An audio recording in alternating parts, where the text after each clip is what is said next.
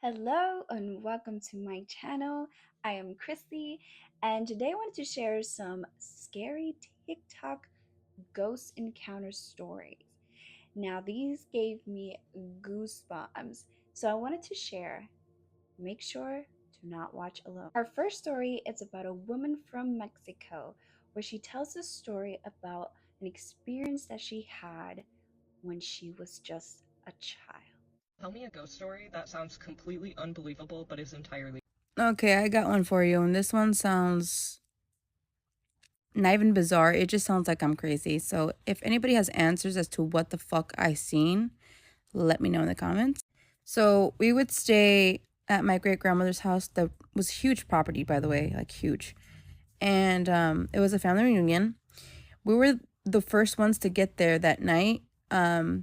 And in the room that we stayed in was a huge, huge room. It was able to fit three queen beds, and a wardrobe in the corner, and like our suitcases. It was a really big room. In that big room is a door that has like, if you've been to Mexico, you know what I'm talking about. It's like the windows that are blurry that are usually found in like shower doors. So like you could see like figures on the other side. It's just that it's like not clear. So this door had that window, and that door lets you use like a smaller room. So I slept on a bed with my younger sister. Keep in mind, I'm 3, so my sister has to be like 1.5, maybe 2. Um, which is the furthest one away from the door.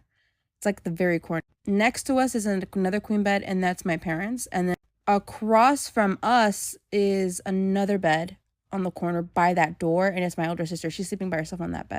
Now, this is where it gets a little crazy, so stick. I woke up in the middle of the night to tapping sounds. I remember sitting up in my bed and looking around the room like, what is that? And everybody was sleeping. My dad snoring, like everybody's knocked out. All the lights are off. The only light that is in the room is the moonlight. There is a window in that big room, and it's like I remember it being so high, and the moonlight is casting in.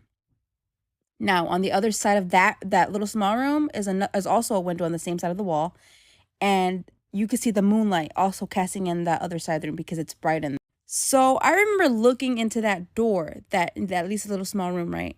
I saw this hairy dog-shaped man. Now, remember, it wasn't clear. I only saw like the outline of his face, and I remember his face looked like a Yorkie. Like it was a big snout, and like I could see the hair. But one thing I will never forget is its long fingers and nails. I swear to God, it was like a horror movie. Like he was making the tapping sounds, and I could see how long his fucking nails are. And I remember him pointing at me, so he'd do this and then point at me and then he would do this for me to come and open the door for him. Now, that sounds bizarre, but I remember him. I could see him visibly getting upset because I wasn't going to open the door. And I remember shaking my head and being like, no, I'm not going. I felt so scared, like something, I don't know what it was. It just, something was telling me, don't go open that. And I see him start getting frustrated and walking back and forth. So he would like walk that way, past the window, walk that way, past the. So start pacing around, and then he'd stop at the door again, at that little window, and start tapping again. And would just continue to point and have point down so for me to open the door. I remember that my parents said that I woke them up. I was screaming. That I kept saying that there was a dog man. There's a dog man outside the window. My dad thought it was a man, like trying to lure me outside. And so he hopped on the roof that is like right by that window where my sister's at. And no one seen anything. So my mom had to calm me down. She said that she went back to bed. She put me back to bed. But I remember like the lights going on, and he wasn't there anymore. As soon as the lights go off, everybody falls back to sleep. He starts tapping again, and he's there again. I remember I was so petrified that I slept with the covers over my head and I woke up the next morning. And apparently, I wasn't the only family member who has seen this dog man on the property. Two other people that I know in my family, like distant relatives, have also seen what this creature was, and they actually seen it, like its face. To this day, I don't know what the fuck it was. I don't know if it's like, so it just felt, whatever it was, it felt ancient. I don't know what it was, but if I close my eyes, I can put myself back there, and I remember vividly what he was doing, how he was pacing, how he looked, those nails, the fingers. It was something like fucking Pennywise would do. I have not stayed in that property in like 20 plus years, but yeah. If anybody knows what it was, what it possibly may be, let me know. Most people are saying that what she saw was called a Nawa. A Nawa is supposed to be like a witch or a sorcerer who can shapeshift into different animals. And some of them use it for good, and some of them will use it for evil. Our next story is about a woman who was gifted two purses by her ex boyfriend's dad's friend. And ever since she was gifted these two purses, things haven't been the same. But is entirely. Let me start off by saying I don't talk about this often because when I do, I sound crazy. A few years ago, I was gifted two purses by my ex-boyfriend's dad's friend. I accepted the purses and I noticed that I was having these reoccurring nightmares with this lady in each nightmare. So one night, I fell asleep. My ex-boyfriend was sitting at the computer. He's gaming and whatnot. This lady pops up in my dream, but this dream is a little bit different because she was jumping in everybody that I loved's body and trying to get them to themselves in a frozen lake. So I was pulling them away, and she didn't like that very much. And then she refocuses on me, and she's running after me, and I'm running, but it's, you know how in dreams, like, you can't run very fast, like it's always in slow-mo or you punch slow. Well, in this dream I was running fast, and each time that I was looking back at her, she was gaining on me, and I got a glimpse of pretty much all of her features, like what she was wearing, what her hair looked like. It was black, it curled into her neck, and she just looked very mad. So eventually this lady, she gets me. She was wearing like a blue, long, almost Victorian type dress. She had black straight hair that curled into her neck, and she looked very mad. And so she eventually gets me, and I was woken up by my ex-boyfriend, who said that I sat straight up in bed and started hyperventilating with my eyes rolled in the back of my head. I woke up absolutely terrified. I had no idea what was going on. He had no idea what was going on. He thought I was having a seizure of some sort, and I was petrified to go to sleep. I called my grandma, and I explained to her what was going on. I told her, I'm tired of this, like, it's causing me to lose sleep. I don't want to fall asleep. I don't want to see this lady anymore. I don't understand who she is or why this is happening, but I feel like I'm being haunted. So then, fast forward to a few days later, I see Joe again. I need to make a part 2. Part 2 of the paranormal experience. Fast forward to a few days later, I had seen Joe again.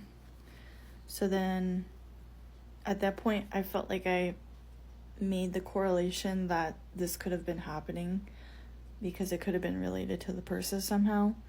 So then I asked him, where'd you get the purses from? And he had told me that they belonged to his ex-girlfriend. So from there, I had asked him, you know, is she still in the picture? Is she around here somewhere? and he had told me that she had herself a few years prior. And then I asked him for a photo. And he pulls out his wallet, and in the picture, it's him and her. And it's literally the same lady from my dream. That same exact lady. And my ex was standing right next to me as we were talking about this whole thing. And I felt like I had been punched in the gut. Like, I couldn't understand, I couldn't believe it. And so I ended up getting rid of the purses, and I haven't had anything like that happen ever since. Like, till this day, nothing else has ever happened like that since. I feel like that woman's ghost really did not want anyone owning her purse.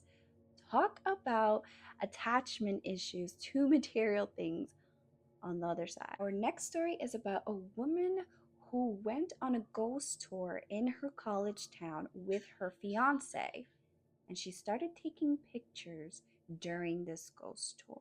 Is entirely true. I have a story, and the photo will be at the end. I just want to preface by saying, like, anytime I tell this story to someone new, they never believe me. Even when I show them the photo, they're like, that was edited, that's not real.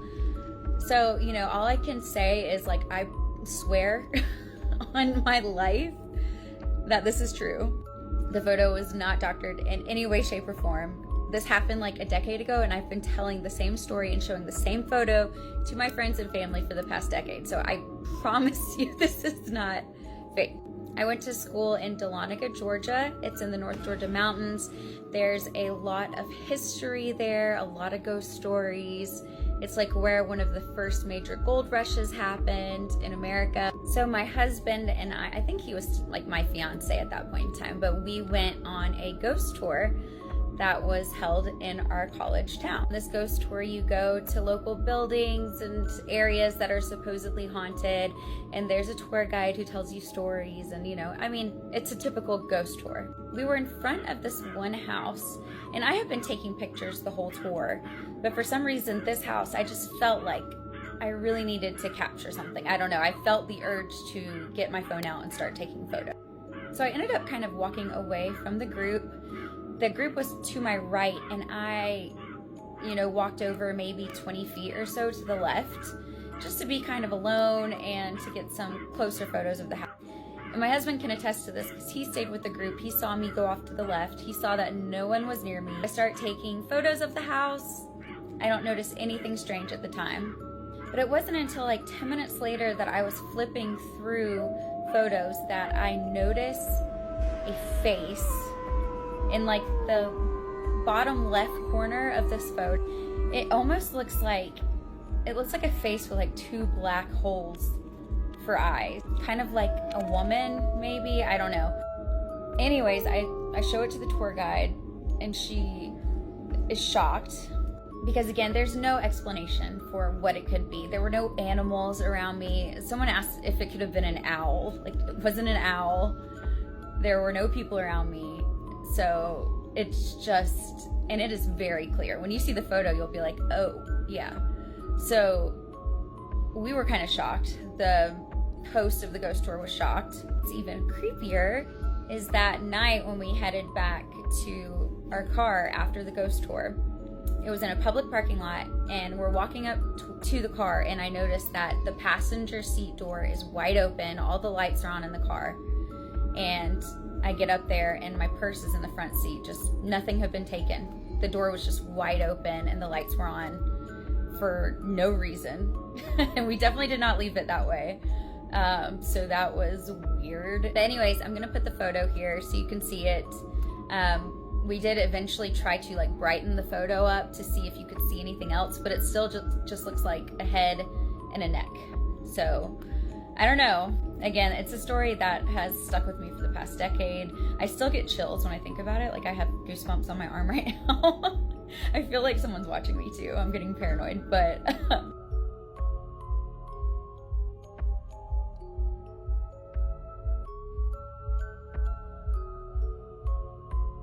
But yeah, that's my ghost story. What do you think? Do you think that this photo was edited? Now, the last but not least is a story that totally gave me the creeps.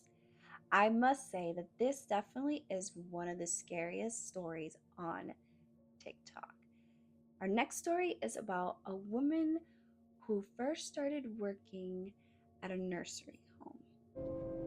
I've literally watched all the stitches to this video, but this story that I'm about to tell today, even though it happened years ago, still gives me chills, and I feel like it has a lot to do with why I quit my job. So I used to work in long-term care, for those of you that don't know, pretty much a nursing home. I was a certified nursing assistant out of high school. This was my first big girl job, okay? So when I first started, I didn't know a lot about the different types of shifts, but there's pretty much 7 to 3, 3 to 11, 11 to 7. I worked the 7 to 3, which was 7 o'clock in the morning until 3 o'clock in the afternoon. As time went on, I slowly started to transition to 3 to 11 to work around my college courses. But every now and then I would pick up an 11 to 7 shift. It didn't take long before I started working there where people were telling me about this one particular resident that had an issue with people of a certain color coming into his room. I didn't have too much interaction with this resident because, like I said, I only worked 7 to 3, and you didn't have to do a lot for him. Just go in and check on him and make sure he was okay. Bring him his food tray. Every now and then he might ask you for help to go to the bathroom, but that was about it. I had heard that this resident could get kind of nasty sometimes. I also heard that he had dementia, so he was like seeing stuff.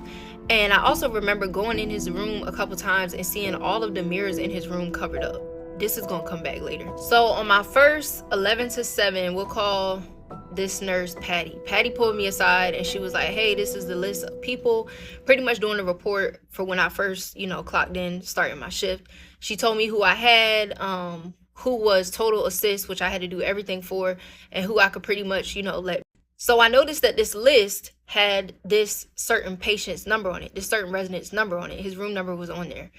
But instead of it saying, just limited assistance or whatever, it was like total assist. So I asked, I'm like, I know I have him during the day and I just go in and check on him and make sure he's okay. If he rings the call light, I'll go in. But other than that, that's about it. When did he become a total assist? So she proceeds to tell me that the night before, he got so scared and so frantic and thought something was in his room that he jumped out of his bed and fell on the floor and did something to his hip. So at this point, currently, he's a total assist, meaning I have to go in, I have to check on him, I have to do everything for him. I say, cool, no problem. I start doing my rounds, I start checking on my people, passing out ice water, changing people, as I normally do. Literally, not even 15 minutes into my shift, his call light is on. I go in, I make sure everything's okay. As soon as I get in, I kid you not, this man is literally in the fetal position. I walk up to him and I ask him if everything's okay. Obviously, when I walk up to him, I'm very careful because, like I stated before, he did not like people of my color coming into his room. During the day, he would make a big deal out of this. Like, if he could get a nurse or a nursing assistant of a different color, he definitely would. He did not pay that any mind. He literally jumped straight into, they're in here, they're after me, please help me. I'm looking like, who is they? He's like, you don't see that little boy behind you? No, I can't say that I do, sir. So it took me literally 15 minutes, and by the grace of God, I was able to calm this man down. We're going to call him Mr. Johnson. After I calmed Mr. Johnson down, I left out of the room, and I went and did my rounds like usual. Literally, not even 10 minutes later, he's back on the call light. I said, okay, maybe he's got to go to the bathroom or something. I don't know. So I went in, checked. This time when I went in the room, I noticed that the room was extremely cold. Extremely cold. When I went in there earlier, it was not cold like that. Now, the nursing home, that nursing home in particular was a little colder on the graveyard shift. But when I tell you it was cold to the point where I could see my breath cold. At this point, not only is he in the fetal position, but he is also under the covers and he is also crying. So I walk up to him. I lift the cover up. I look under the cover. Again, he's sitting under there. We make immediate eye contact and he's like, help me, please help me. So I'm trying to calm him down because whatever he's seeing, I'm just not seeing it. So I'm like, Mr. Johnson, I'm going to need for you to cooperate with me. I'm going to need for you to tell me what's going on so I can better assist you and we can get through this shift together. At this point, I'm doing what I've been taught to do for somebody that's going through a dementia or Alzheimer's crisis, which is what I was told that he had. He calms down a little bit and he literally just starts talking. And when I tell you this got crazy quick, it got crazy quick. So he's telling me that when he was younger, about in his 20s or 30s, he was married to a young woman. We're going to call her Maggie. Him and Maggie had just bought a farm. It was literally just him and Maggie, and before you knew it, Maggie got pregnant. Back then, it literally wasn't uncommon to have people of color hired as help to help you on the farm, to help you raise kids, whatever the case may be. This was post-slavery, but people was very much still feeling entitled to doing whatever they wanted to do to people of color. So that's the time frame we in. He tells me that months go down the line, whatever. He goes and he wakes up early one morning. He sees that his wife is a little uncomfortable. She tells him like maybe the baby's coming or whatever. He doesn't think nothing of it. He goes out, get on his tractor, and he does his farmer work. He has a farmhand named Tommy. Tommy is a black man, okay? Around lunch, he's guessing is when his wife went into labor while he was still out in the field. His wife called her mother-in-law, which was Mr. Johnson's mom, her sister-in-law, and his brothers came as well. Everybody's making sure that everything's going okay. The baby is finally born at some point. When the baby is born, I guess everybody in the room looked around at each other and realized that this baby was not in no way, shape, or form white. The brothers immediately take the baby and they go outside. His mom sits there with her and they go. They snatch this baby and they take the baby outside. Meanwhile, all this is going on. Him and Tommy are still out in the field. They took this baby out into a body of water, and I will not be saying what they did to this baby, but you can only imagine for the time period. Him and Tommy finally wrap up their work for the day and he heads back to the house. When he gets inside the house, he sees his wife sitting there with his mother. His wife is crying. His mom's just sitting there irritated and pissed off. He asks what's going on, and that's when she gives him the whole rundown that your wife was pretty much sleeping with your field hand, and this is the situation that you're in. So he asks, where's the baby? And the mom says, your brother's taking care of it. Don't worry about it. You need to figure out what you're going to do with her. Meanwhile, this is going on. His brothers have went and got Tommy out of the field. The things that they did to Tommy, again, I cannot describe it here on TikTok, but just imagine the torture and everything that he went through. They literally just left him there in that field. They left him there in the middle of the field. This man proceeds to tell me that when he finally figures out what happened and what his brothers did, they literally acted like nothing ever happened. And every night, Tommy and his son will come and visit him like clockwork. At this point, when I tell you the chills are running up my spine, literally every hair on my body is sticking up. I don't know what to say. I'm like, when they say frozen in fear, I was frozen in fear. Because it's like, as soon as he told me that story, I could pick up on what was in the room. Before, I couldn't pick up on what it was, but I could immediately feel something else in the room with us. After he told me the story, I finally got him to calm down and he went to sleep. He slept for literally a couple hours, and at this point, we're at 3 o'clock in the morning. Like clockwork, he hits that call light again. I go back in. I remember walking into the room and all of the sheets were taken off of the mirrors, which I thought was very strange because he wanted his mirrors covered up for a reason. I went over to Mr. Johnson and I touched him to make sure that he was okay, and this man was ice cold. He had died. As I went to leave the room to go contact a nurse, oh my God, I'm getting chills. I'm literally passing by this mirror, and as I'm headed out, on my left is the mirror. I turn and look in the mirror, and behind me, to the far wall of Mr. Johnson's room, I see a taller figure, and I see a shorter figure standing beside this taller figure that I would say is probably about the height of a 5-year-old child. I have never seen nothing like that in my life, ever. And I cannot explain the amount of fear that ran through my body, but I got out of that room so quick, I will tell you that. The crazy part is that when the nurse came in, we could not understand how these mirrors got uncovered. Even the one in the bathroom was uncovered. The one in his room was uncovered. Again, this is a man that just hurt his hip yesterday. There's no reason why he should have been out of bed taking these blankets off this mirror, and I know he wouldn't have done it anyway. Also, the fact that she felt like he had been dead for longer than I said he had. But again, I had just talked to Mr. Johnson. I had literally just talked to him. So I don't understand how a dead man talks, but maybe y'all can let me know. And when I tell you, baby, I only lasted 3 more days after that.